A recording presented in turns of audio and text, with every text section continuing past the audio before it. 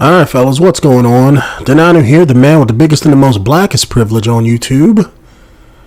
And we're playing some Division here. Playing solo today. And we're going to hit up a few side missions and clear out the map a little bit.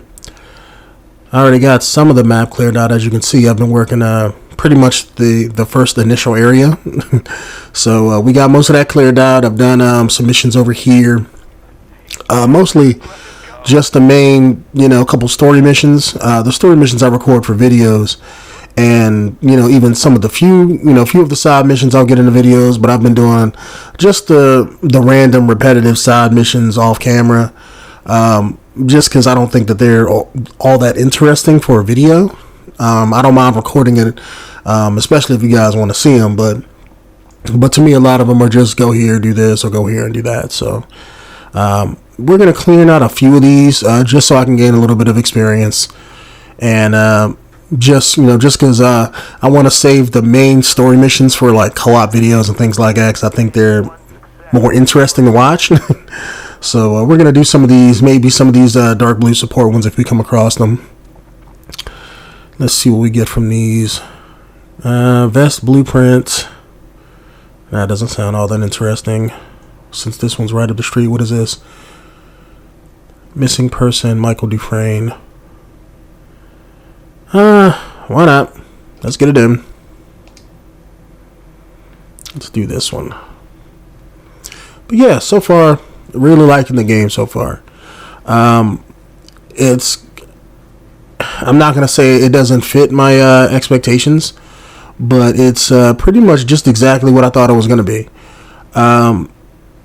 The map has a lot of stuff to do in it. You have a lot of RPG elements as far as how to build your character. It's not, completely bland like Destiny was when it comes to the world that you're in. However, it's not without its flaws. It's love the gunplay in it, love the movement mechanics, love how the shooting mechanics work. The missions can get kind of repetitive, but I know for me personally, I'm used to a grindy game. I could make the grind work as long as I like the world that I'm in. And I definitely like this one. I like the realistic, depiction of New York. I like how it's kind of like a medical thriller with the virus getting out. I like how it actually tells you a story as you're playing it. Unlike Destiny, where they just kind of just plopped you down in the world and didn't give you anything to show for it. Let me take out these guys real quick. I like the fact that it's hard. When you put it on hard, I know I've been playing most of the game. Where is this guy going? Is that a civilian or a civilian? But I've been playing with a buddy of mine, and we've been putting on hard and just trying to take out these missions. And yeah, it makes the missions longer. The enemies are more, bullet spongy than normal. And, I like the fact that it's not just like, I can finish the mission in 10 minutes. Because then I think it'll be like how Destiny was. And Destiny's kind of, it would make everything go too quick. Granted, it's kind of padding the game out, I guess, if you think about it that way. But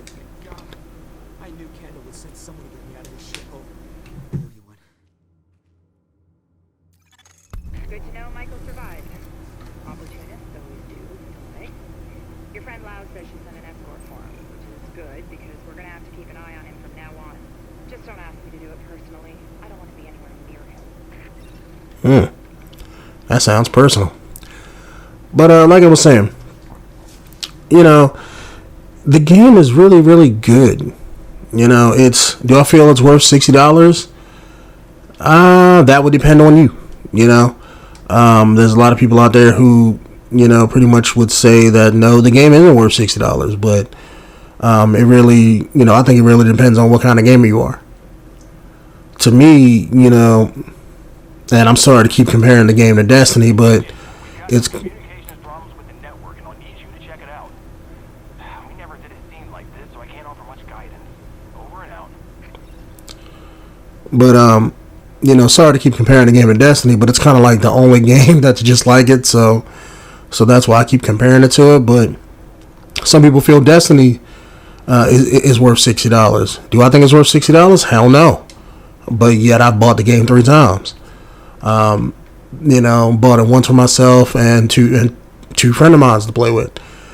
And to me, I would say it's not breaking my bank by any means, but I like a game with substance. And I think that the second Destiny game, whenever they come out with it, I think it's, they're talking about next year. I think it's going to be far better than what this year was, given all the problems that this year had. But then again, Bungie's show of support for the game and all that, I'm not a fan of how they do things. And I'm hoping Ubisoft does things a little bit differently. So far, I'm liking what I'm seeing out of Ubisoft. I hope they can keep it up. I hope they don't make a show of support for like the first 3 months and then just kind of fall off the radar and never do anything. I'm hoping that's not the case with this. Really am. The only thing that this game is actually missing is some kind of end game mechanic other than the Dark Zone, like a raid or incursions. I know they said they got something called incursions. I don't know what that's going to be. But if that's anything like the raids from Destiny or long-winded DLC type content that people can play with their endgame characters, they need something. Because just PvP for the sake of getting gear doesn't float my boat anyway. Because it's like, what's the point? Like, it's like, okay, I'm planning to get better gear, but it's like the same thing in Destiny. Like, Destiny, to me, what really pissed me off is, I guess, the whole MMO mechanic of it, where it's like, I level up, I get better gear, get better weapons and all that stuff, but then every time they add a new patch, it makes all my previous upgrades pointless, and I really, really hated that. And we got 3 more bodies since yesterday, bagged up and decontaminated. Okay, we should have a pickup for you within the hour. Great. Honestly, I don't understand how you cope with it. Me, I'm really starting to... Hang on. Something's going on. Sir, you can't be here. This is an official repair and recovery center. You'll have to... Stand back and no one will get hurt. We're only here for the supplies. No one needs to... Oh my god! Oh my god! Alright, so she got robbed. But, that really kind of pissed me off with Destiny is because it felt like playing Destiny to me, and I guess maybe it's the MMO mentality, playing for the sake of just upgrading gear with no purpose, it's like gaming masturbation, because you're just playing with yourself at that point. To me, a game has to have a purpose. It has to have substance to it. There has to be a reason as far as why you do things. I'm not saying that the gear collecting isn't fun. I mean, I love stat building RPGs, like most people who love that kind of sort of stuff. But to me, it's just, like I said, you have to have some kind of purpose. You have to have some kind of drive behind it. And this game, the reason why I like it so far is because I really like the story that they presented. I like all the world building, lore, and the videos and stuff that you can collect to flesh out the gaming experience as you play through it. I really do like that. It's helps build the atmosphere, and that's something that I've always felt Destiny just never had, because you had the lore and stuff in the game, but it kind of was like, okay, in order to see it, you got to go on Bungie's website and you read this paragraph, and it's like, fuck that shit should have been in the game. Mass Effect did that way back when Mass Effect 1 came out. Why can't you do it? And I know maybe I shouldn't be comparing it to Mass Effect, but I'm just saying it's stupid. They could have threw that in game. They just didn't. That was just the choice that they made, and I think it was a dumbass choice. Because if you'd have threw it in game, then you can explain it away like how this game does it. Well, we just wanted to make a game where you wanted to, we wanted you to explore the game, as you play it. And that game just does not do that,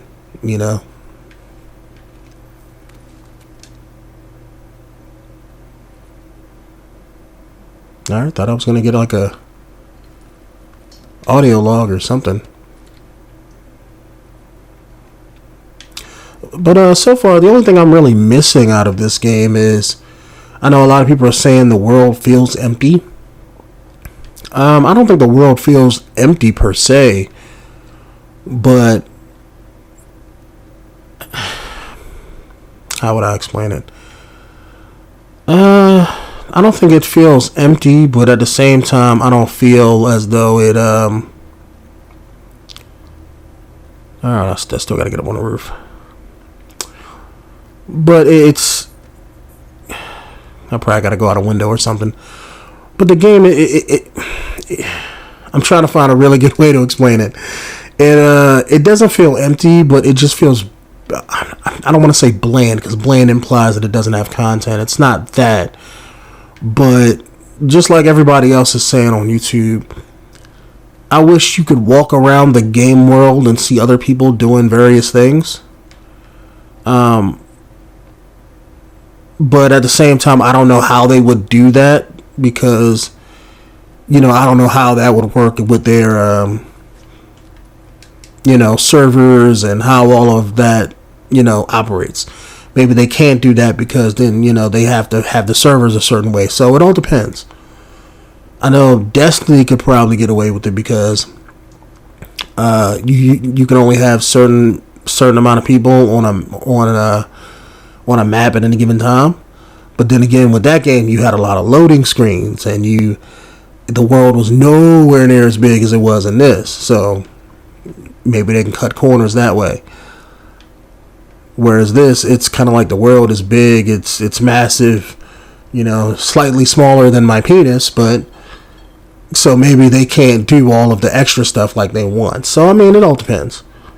I mean, I don't know the mechanics behind the servers and stuff like that, but then again, you have matchmaking at any time you want. So if you are, trying to party up with people, that's definitely no problem. I mean, you got drop in, drop out co-op whenever you want.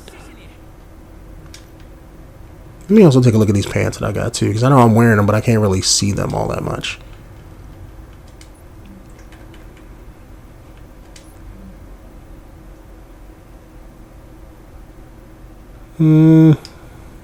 Trying to see the pair that I got on. Isn't there a way to equip them something else? Maybe. Screw it. I'll work with them. Yeah, I could take that scarf off though. My guy looks pretty good with it. Let me leave it on. Alright, rooftop. But yeah, really liking how the game is playing out so far. I'm nowhere in the game so far. I'm still level 13. But really, really liking some things. Why can't I just climb up here? Can I just climb right up this? But I'm liking how the game doesn't hold your hand all that much either. It's kind of like, here's all the options, go. We're going to tell you how to do some things. We're not going to tell you how to do other things. When it comes to exploring the world. Like right now, the game isn't straight up telling me, oh yeah, go here exactly where this ladder is and climb up. It's like, no, explore. And I like that. I like games that don't hold your hand, because it makes me feel, when I play games like that, it makes me feel stupid. And I know I'm not stupid, but I know that they're making the game for the lowest common denominator of players, so I just feel extremely simple when I play games like that, and I hate feeling simple. Okay. See, if this was like an Uncharted game, I'd be like, alright, you gotta climb that to the railing, pull yourself across here, climb up there, there you go. See, I'm guessing I'm supposed to come out one of these windows, because it's like I'm coming out the windows and the ladder's right there, but I checked all of those windows. So unless there's something I'm just not seeing.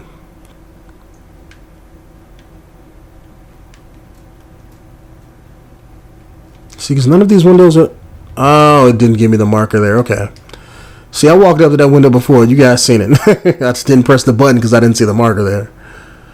Alright, intercept power grid. That's something else I hope they change with future installments. is that a lot of these side missions are like this, where it's just like, go here and do this. You know, go here, do this, fight a couple bad guys, and that's it. I'm hoping that just because this is like the game when it first came, you know, when it first comes out, that it's just a padding, you know. And I'm hoping with future installments that they add more intricate missions or do better things than just go here and do this and go here and do that. That's like the only major flaw I see in it. But then the shooting is kind of sort of good, so I can't, you know, at least for me, you know, I can go through and play it no problem. I don't get bored easily like some people. I don't have like ADHD where I have to constantly have things to shoot at, or, you know, something that's constantly, you know, telling for me to do. I have patience, so I don't mind playing through something. And also I don't mind waiting for things to develop. Let me also say that too. I'm really interested to see how this virus kicked off in this in New York, though. That's like the major thing that's keeping me going is the story and trying to discover where things are going. All right, fix the antenna. I got 3 minutes. Well, considering it's right there, that's not really much of a problem. Maybe I was supposed to jump up there and then come back and fight the people. Agent, great job as always. But just in case it crossed your mind, I'll give you some advice. You should stick to your day job. I mean, you're clearly a great agent, and there are way too many actors in the pool already. The division needs you more than network television does. I like how different safe houses have different people who have different personalities. Like, I've met one guy who was like really, really sick. The one main woman you do missions for, she's kind of like the person at the I forget what it's called, but it's the place right at the beginning when you first get into the game. She's kind of laid back and grandmother-ish, you know. The woman at the main base of operations, she's like, you know, snarky as all hell. Trying to think who else did I meet. I want to say it was one more, but I forget. But I like how they got different personalities and stuff. I also like how they actually made your base of operations important. Unlike in Destiny with the tower, where it's like you have this big, well, I can't really call it a big area, but let's see, which one am I closest to? Why not? We can knock out this one and then this one.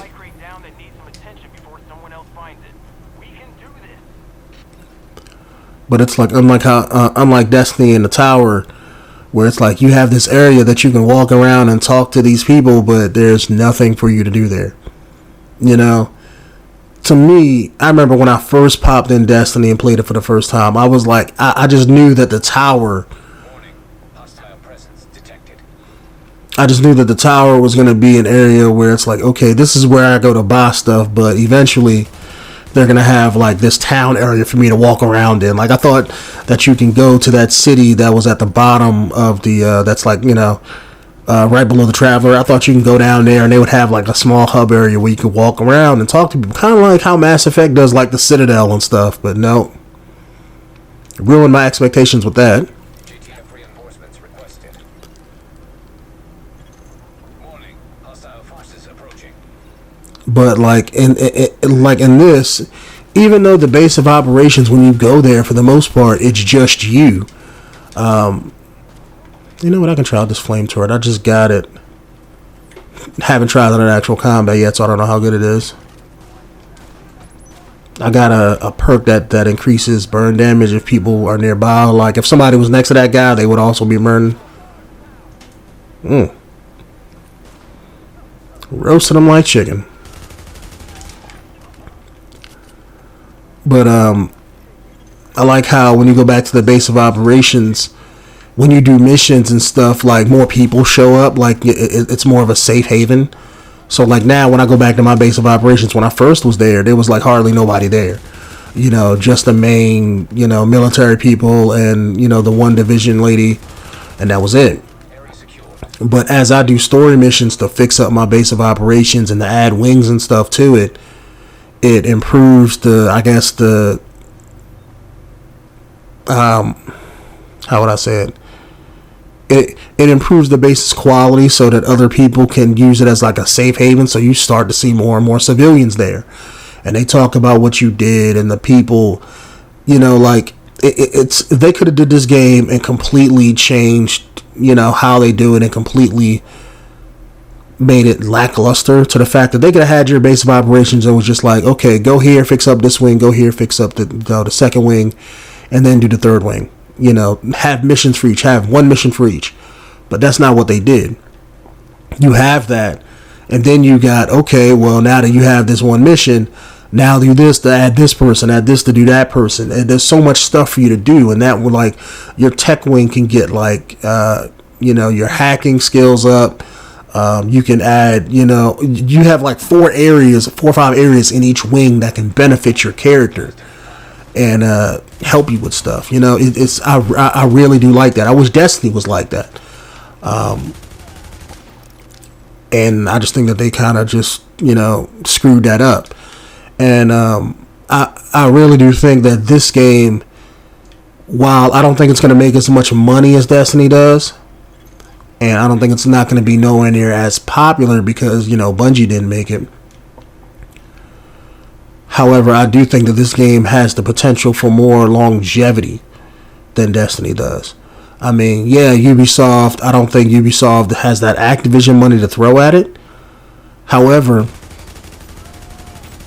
thank you for lining up in the line, guys. Really do appreciate that.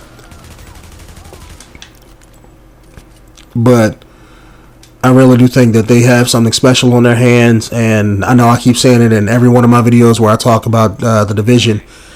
This game has more broad of appeal because more people like tactical military shooters than they do like sci-fi. That's just the way it is. Luckily, I'm somebody who loves both, but let me get this guy first, and let me throw you down right here. No, you didn't hit me with that bat. Elbow to the face.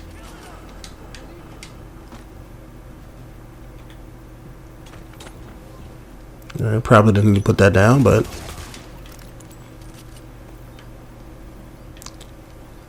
I really do like how this game has that broad appeal, because then, you know, it just makes for a bigger, more expansive gaming audience.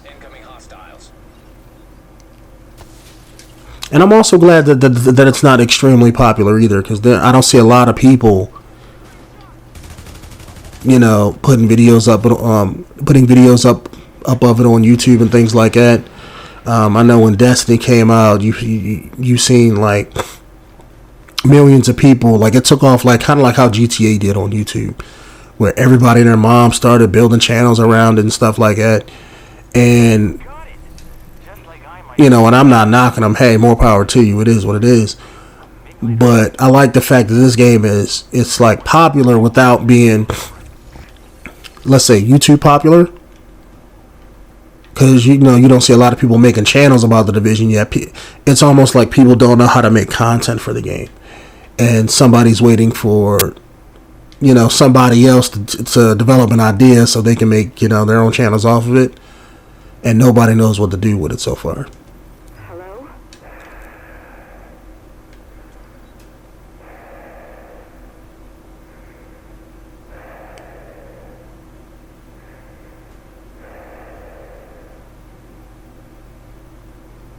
Okay, that was weird. Giving off a rapey serial killer vibe there. Alright, let's see what else we can do. Might have to end the video right here. Let's see. We got Hell's Kitchen. We can go see Daredevil. They should have a Daredevil Easter egg in here. That would have been awesome. Like if you go to Hell's Kitchen, you see like Daredevil's logo on something, so you know not to start stuff there. All right, fine. Eliminate the gang leader, Lord of the 212. Okay, yeah, that's something we can do. Yeah, we will definitely do that in the next video. But all right, fellas, be on the lookout for that. My name is Denonu, the man with black privilege. And in the next video, we're gonna kill out, we're gonna kill the Lord of the 212 and show him why you don't mess with a division. But all right, fellas, thanks for watching. Peace out.